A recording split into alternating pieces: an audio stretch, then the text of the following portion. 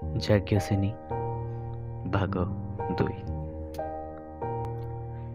ଦ୍ୱାପର ଯୁଗରେ କୁରୁ ଓ ପାଞ୍ଚାଳମାନଙ୍କ ଦ୍ୱାରା ଅଧିକୃତ ସମଗ୍ର ଆର୍ଯ୍ୟବତ୍ର ପ୍ରାଣକେନ୍ଦ୍ର ଭରତ ବଂଶଧର କୁରୁମାନଙ୍କ ରାଜଧାନୀ ହସ୍ତିନାପୁର ଗଙ୍ଗା ନଦୀର ତଟଦେଶରେ ଗର୍ବ ଓ ଗୌରବର ଚୂଡ଼ାନ୍ତରେ ରହିଥାଏ। ପାଞ୍ଚାଳ ରାଜ୍ୟର ରାଜବଂଶଧର କୌଣସି ଗୁଣରେ କୁରୁମାନଙ୍କ ଠାରୁ କମ୍ ନଥାନ୍ତି। କହିବାକୁ ଗଲେ କୁରୁ ଓ ପାଞ୍ଚାଳମାନଙ୍କ ଭିତରେ ପ୍ରତିଦ୍ୱନ୍ଦିତା ଲାଗିଥାଏ। ମୋର ପିତାଙ୍କର ବାଲ୍ୟ ସାଥୀ ଦ୍ରୋଣାଚାର୍ଯ୍ୟ ଗୁରୁ ଓ ପାଣ୍ଡବମାନଙ୍କ ଆଦ୍ୟ ବିଦ୍ୟାର ଗୁରୁ, ଅସ୍ତ୍ର ବିଦ୍ୟାର ଗୁରୁ। ଅତୀତରେ ସେ ଥରେ ସାହାଯ୍ୟ ଭିକ୍ଷା କରି ଦ୍ରୁପଦ ରାଜାଙ୍କର ଦ୍ୱାରସ୍ଥ ହୋଇଥିଲେ। ପିତା ସେଦିନ ତାଙ୍କୁ ଉପଦେଶ କରି କହିଥିଲେ, ଜଣେ ଭିକ୍ଷୁକ ବ୍ରାହ୍ମଣ ପୁଣି ଆଉ ଜଣେ ରାଜାର ବନ୍ଧୁ ହୋଇପାରେ? ସମାସ୍କନ୍ଧ ବ୍ୟକ୍ତି ମଧ୍ୟରେ କେବଳ ବନ୍ଧୁତ୍ୱ ସମ୍ଭବ।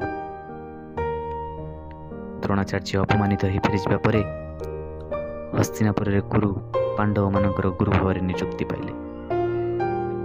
ତାଙ୍କ ହୃଦୟରେ ସେଦିନର ସେ ଅପମାନ ତେବେ ବି ହୁତାସନ ହୋଇ ଚଳୁଥାଏ। ପଣ୍ଡୁପୁତ୍ର ପାଣ୍ଡବମାନଙ୍କର ଅସ୍ତ୍ର ଶିକ୍ଷା ସମାପ୍ତ ହୁଅନ୍ତେ ଗୁରୁ ଦ୍ରୋଣ ଦକ୍ଷିଣ ସ୍ୱରୂପ ଦ୍ରୁପଦ ରାଜାଙ୍କୁ ବାନ୍ଧି ଆଣି ତାଙ୍କ ପାଦ ତଳେ ସମର୍ପି ଦେବାକୁ ଆଦେଶ ଦେଲେ। ତୃତୀୟ ପାଣ୍ଡବ ଅର୍ଜୁନ ଦ୍ରୋଣଙ୍କର ପ୍ରିୟତମ ଶିଷ୍ୟ। ଧନୁର୍ବିଦ୍ୟାରେ ସେ ପାରଦର୍ଶିତା ଲାଭ କରିଥାନ୍ତି। ରାଧାପୁତ୍ର କର୍ଣ୍ଣଙ୍କୁ ବାଦ ଦେଲେ ଧନୁର୍ବିଦ୍ୟାରେ ତାଙ୍କ ସମକକ୍ଷ ଯୋଦ୍ଧା ସମଗ୍ର ଆର୍ଯ୍ୟବର୍ତ୍ତରେ କେହି ନଥାନ୍ତି। ପାଣ୍ଡବମାନଙ୍କ ପକ୍ଷେ ପାଞ୍ଚାଳ ରାଜା ଦ୍ରୁପଦଙ୍କୁ ବାନ୍ଧି ଆଣିବା କିବା କଥା? ଦ୍ରୋଣଙ୍କର ପଟ୍ଟଶିଷ୍ୟ ଅର୍ଜୁନ ମୋର ପିତା ଦ୍ରୁପଦକୁ ବାନ୍ଧି ଆଣି ଦ୍ରୋଣଙ୍କ ସମକ୍ଷରେ ଉପସ୍ଥିତ ହେଲେ। ଦ୍ରୋଣାଚାର୍ଯ୍ୟ ପିତାଙ୍କର ସେଦିନର ଅପମାନକୁ ଫେରାଇ ଦେଇ ବିଦ୍ରୂପ ଭରା କଣ୍ଠରେ କହିଲେ, ରାଜା ହିଁ କେବଳ ରାଜାର ବନ୍ଧୁ ହୋଇପାରେ, କିନ୍ତୁ ତୁମେ ଆଜି ରାଜ୍ୟହରା ନିଃସ୍ୱ। ତେଣୁ ଆଜିଠାରୁ ପାଞ୍ଚାଳ ଓ ପାଞ୍ଚାଳ ରାଜ୍ୟର ଉତ୍ତର ପାର୍ଶ୍ୱ ମୋର, ଗଙ୍ଗା ନଦୀର ଦକ୍ଷିଣ ପାର୍ଶ୍ୱରେ ଅଧୀଶ୍ୱର ତୁମେ। ବର୍ତ୍ତମାନ ଆମେ ଦୁହେଁ ସମାସ୍କନ୍ଧ ବ୍ୟକ୍ତି। ଆମ ଭିତରେ ଏଣିକି ବନ୍ଧୁତ୍ୱ ହେବାର ଆପତ୍ତି ଅଛି କି? ନିରୁପାୟ ଦ୍ରୁପଦ ରାଜା ସେଦିନ ରାଜ୍ୟର ଅର୍ଦ୍ଧେକ ହରାଇ ଦ୍ରୋଣଙ୍କ ସଙ୍ଗେ କପଟ ବନ୍ଧୁତାର ହାତ ମିଳାଇ ବାହୁଡ଼ି ଗଲେ। ପାଞ୍ଚାଳ ରାଜ୍ୟର ଉତ୍ତର ପାର୍ଶ୍ୱ ହିଁ ଥିଲା ଅଧିକ ସମୃଦ୍ଧଶାଳୀ ଓ ତାର ଅଧୀଶ୍ୱର ହୋଇଥିଲେ ଦ୍ରୋଣାଚାର୍ଯ୍ୟ। କ୍ଷତ୍ରିୟ କି କେବେ ଅପମାନ ଭୁଲିପାରେ? ରାଜ୍ୟକୁ ହରାଇ ଭାଗ୍ୟକୁ ଆଦରି ନେଇପାରେ? ଯଦି ତାହା ହୁଏ, କ୍ଷତ୍ରିୟ ଧର୍ମ ତା ଦ୍ୱାରା ଲଙ୍ଘନ ହୁଏ। ଦ୍ରୋଣଙ୍କୁ ହତ୍ୟା କଲେ ଯାଇ ଦ୍ରୁପଦଙ୍କର ଅପମାନ ପ୍ରଶମିତ ହେବ। ଦ୍ରୋଣଙ୍କ ସପକ୍ଷରେ ମହାମହାରଥୀ ଭୀଷ୍ମ, କର୍ଣ୍ଣ, ଶଲ୍ୟ, ଜୟଦ୍ରଥ ଏବଂ ଦୁର୍ଯ୍ୟୋଧନ, ଦୁଶାସନ ଆଦି 100 ଭାଇ, ତା ସଙ୍ଗେ ସଙ୍ଗେ ସମସ୍ତ ହସ୍ତିନା ରାଜ୍ୟର ଅସ୍ତ୍ରଶସ୍ତ୍ର ସୈନ୍ୟବଳ। ଦ୍ରୋଣହନ୍ତା ହେବା ଭଳି ବୀର ପାଞ୍ଚାଳ ଦେଶରେ କିଏ କାହିଁ? ଦ୍ରୋଣାନ୍ତକ ପୁତ୍ର ପାଇଁ ରାଜା ଦ୍ରୁପଦ କାଶ୍ୟପ ଋଷିଙ୍କର ବଂଶଧର ଉପଜାଜ ଏବଂ ଜାଜ ଋଷିକୁ ସେବା କରି ସନ୍ତୁଷ୍ଟ କଲେ। ପୁତ୍ର ଲାଭ ପାଇଁ ଜାଜ ଋଷିଙ୍କ ଦ୍ୱାରା ଯଜ୍ଞ କରାଇଲେ। ଯଜ୍ଞ କାଳରେ ହୋମାଗ୍ନିରୁ ଜନ୍ମ ହେଲେ ଅଗ୍ନିସମ ତେଜବନ୍ତ ପୁତ୍ର ମୋର ଭାଇ ଧୃଷ୍ଟଦ୍ୟୁମ୍ନ, ଏବଂ ଯଜ୍ଞବିଧି 2 ଭାଗ କରି ଜନ୍ମ ହେଲି ନୀଳପଦ୍ମକାନ୍ତି ଅତୀବ ସୁନ୍ଦରୀ କନ୍ୟା ମୁଁ ଯାଜ୍ଞସେନୀ। ମୋ ରୂପ ସମ୍ପର୍କରେ ଯାହା ବର୍ଣ୍ଣନା କରୁଛି ସେ କଥା ମୋର ନୁହେଁ। ଅନ୍ୟମାନେ ମୋତେ ଦେଖି ଯାହା କହନ୍ତି ତାହା ହିଁ ମୁଁ ବର୍ଣ୍ଣନା କରୁଛି। ମୁଁ କୃଷ୍ଣା, ନୀଳପଦ୍ମର ପାଖୁଡ଼ା ପରି ମୋ ଦେହର କାନ୍ତି, ସମୁଦ୍ର ଲହଡ଼ି ଭଳି ଘନ ନୀଳ ଉର୍ମିଳ କେଶଦାମ, ନୀଳପଦ୍ମ ପରି ଢଳ ଉଜ୍ଜ୍ୱଳ ବୁଦ୍ଧିଦୀପ୍ତ ମନୋହରିଣୀ 2ଟି ଆୟତ ଆଖି, ବିଶ୍ୱର ଶ୍ରେଷ୍ଠ ଶିଳ୍ପୀର ହାତଗଢ଼ା ନିଖୁଣ ପ୍ରତିମା ଭଳି ଅନିନ୍ଦିତ ମୁଖଶୋଭା, ସୁଢାମ ସୁଗୋଲ ଅଙ୍ଗ ସୌଠବ, ଦୀର୍ଘ ଦେହ, ଉନ୍ନତ ସୁଢାମ ବକ୍ଷ ଯୁଗଳ, କ୍ଷୀଣ କଣ୍ଟି, ରମ୍ଭାତରୁପଧି ସୁଗୋଲ ଘନ ଉରୁ, ଚମ୍ପାକଳି ସଦୃଶ ହାତ ପଦ୍ମର ଆଙ୍ଗୁଳି, ରକ୍ତ ଶତଦଳ ପାଖୁଡ଼ା ଭଳି କରତଳ ପାଦ, ମୁକ୍ତା ନିନ୍ଦି ଦନ୍ତପଙ୍କ୍ତି ବିଦ୍ୟୁତ୍ ନିନ୍ଦି ହାସ୍ୟରେଖା। ଚନ୍ଦ୍ର ଭଳି ମନୋରମ ହାତ ପାଦର ନଖ, ଦେହର ଭୁରୁ ଭୁରୁ ପଦ୍ମଗନ୍ଧରେ ଭ୍ରମରମାନେ ମୋତି ହରାଇ ପୁଷ୍ପୋଦ୍ୟାନ ତ୍ୟାଗ କରି ମୋ ଦେହରେ ଚତୁର୍ଦ୍ଦାଶରେ ଉଡ଼ି ବୁଲନ୍ତି। ମୋ କେଶର କୁଟିଳ ସୌନ୍ଦର୍ଯ୍ୟରେ ବନ୍ଧା ପଡ଼ିଗଲେ ପବନ ସ୍ଥିର ହୋଇ ରହିଯାଏ। କବିମାନେ କହନ୍ତି ଜ୍ୟୋତିମତୀ ଭରା ହୋଇ ମୋର ରୂପଶୋଭା। ଶୁଭ୍ର ଭୂଷଣ ପରିଧାନ କରି ଶୁଭ୍ର ମୁକୁଟ ମଥାରେ ପିନ୍ଧି ଶ୍ଵେତ ଶ୍ଵେତ ଦଳରେ ଶରୀର ମଣ୍ଡନ କରି ମୁଁ ଯେତେବେଳେ ବିକଚ ନୀଳୋତ୍ପଳ ପରି ଯଜ୍ଞବେଦୀ ଭେଦ କରି ଆବିର୍ଭୂତା ହେଲି, ସେତେବେଳେ ପୂର୍ଣ୍ଣ ଯୌବନ ଭାରରେ ମୋର ଅଙ୍ଗ ଢଳ ଢଳ। ମୋତେ ଚାହିଁଦେଲେ ଯଜ୍ଞବେଦୀ ଚାରିପଟେ ବସିଥିବା ଜିତେନ୍ଦ୍ରିୟ ମୁନିଗଣ ସ୍ତବ୍ଧ ହୋଇ ରହିଗଲେ। ସେମାନେ ମନ୍ତ୍ରାର୍ଚ୍ଚନା କରୁଥିବା ଅଧର କମ୍ପି ଉଠିଲା, କଣ୍ଠସ୍ୱର ଜଡ଼ ହୋଇଗଲା। କେତେଜଣ ଯୁବକ ସନ୍ନ୍ୟାସୀ ଚେତନା ହରାଇ ପଡ଼ିଗଲେ। କ୍ଷଣକ ପାଇଁ ଗଛପତ୍ର ବି ସ୍ଥିର ହୋଇଗଲେ। ଏଣିକି ଯଜ୍ଞକୁଣ୍ଡର ଅଗ୍ନିଶିଖା ନିର୍ବାକ ନିଷ୍କର୍ମ ହୋଇଗଲା। ବୋଧହୁଏ ମହାକାଳ ମଧ୍ୟ ମୁହୂର୍ତ୍ତକ ପାଇଁ ସ୍ତବ୍ଧ ହୋଇ ରହିଗଲା।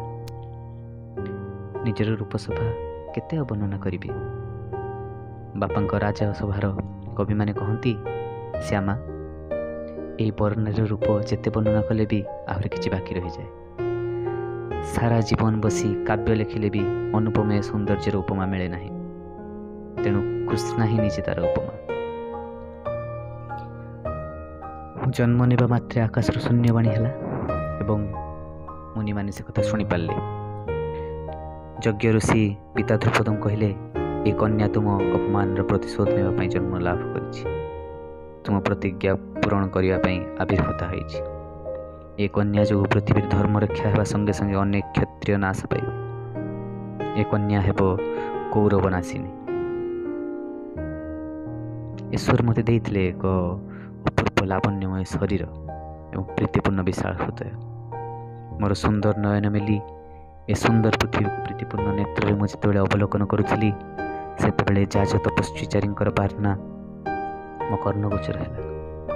ବାରମ୍ବାର ହୃଦୟ ଭିତରେ ପ୍ରତିଧ୍ୱନିତ ହେଲା ସେ ଗୋଟିଏ କଥା, ମୋର ଜନ୍ମ ପିତା ଓ ରୋଷରୁ ନୁହେଁ, ତାଙ୍କର ପ୍ରତିଜ୍ଞା ପୂରଣ ନିମନ୍ତେ ଆୟୋଜିତ ଯଜ୍ଞବେଦୀରୁ। ଜନ୍ମ ପୂର୍ବରୁ ହିଁ ମୋ ପିତାଙ୍କ ଅପମାନର ପ୍ରତିଶୋଧ ନେବା ପାଇଁ ପ୍ରତିଜ୍ଞାବଦ୍ଧ। ଏ ପୃଥିବୀରେ ଧର୍ମ ରକ୍ଷା ଏବଂ ଦୁଷ୍ଟନାଶନ ପାଇଁ ମୁଁ ହେବି ଅସ୍ତ୍ର ଓ ସେଥିପାଇଁ ମୁଁ ପୃଥିବୀକୁ ଆସିଛି।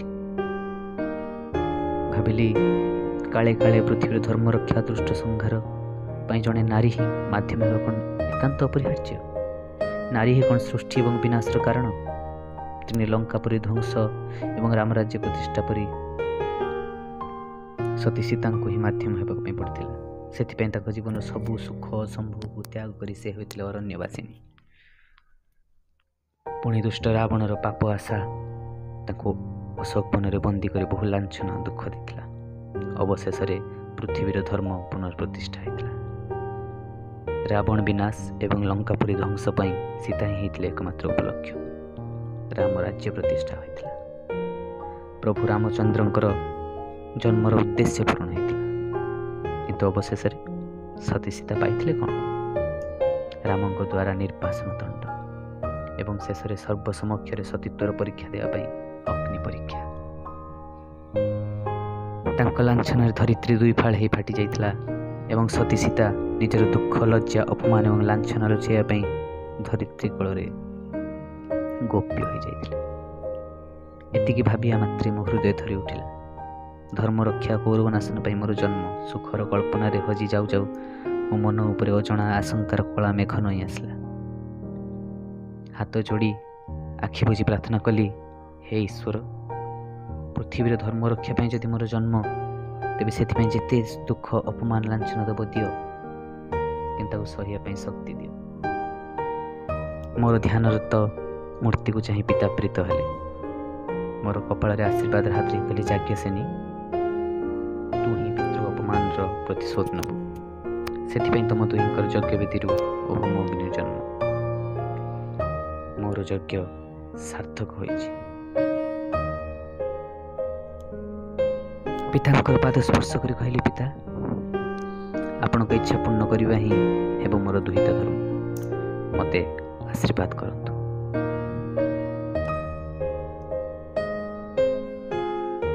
ପିତା କିଛି ଉଚ୍ଚାରଣ କଲେ ନାହିଁ। ତାଙ୍କ ଚକ୍ଷୁରୁ ଅଶ୍ରୁଧାରା ଝଡ଼ି ପଡ଼ିଲା। ଦ୍ରୋଣଙ୍କ ଅପମାନରେ ଜ୍ୱାଳା ତେବେ ବି ତାଙ୍କ ହୃଦୟରେ ପ୍ରତିଶୋଧର ନିଆଁ ଜଳୁଥାଏ।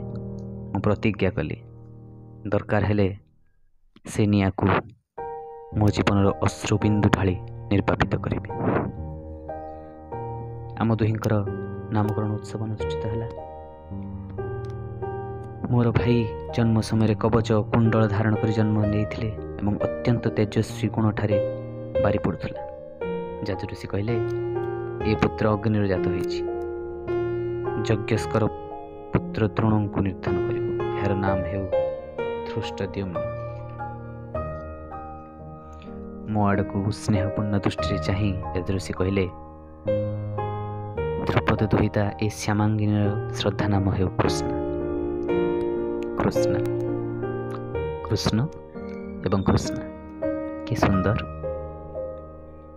ମୋର ପିତା ଏତିକି ମାତ୍ର ଉଚ୍ଚାରଣ କରି ନୀଳ ଆକାଶରେ ଦୃଷ୍ଟି ନିବଦ୍ଧ କରି ଭାବାବିଷ୍ଟ ହେଲେ। ତାଙ୍କ ମୁହଁରେ ଅପୂର୍ବ ଆନନ୍ଦର ଆଭା ଉଜ୍ଜଳି ଉଠିଲା। ପିତାଙ୍କର ଆନନ୍ଦ ମୋ ମୁହଁକୁ ସଞ୍ଚରି ଆସିଲା। କହିଲେ, କି କୃଷ୍ଣ, ଯାହାର ନାମ ଏତେ ଅମୃତମୟ।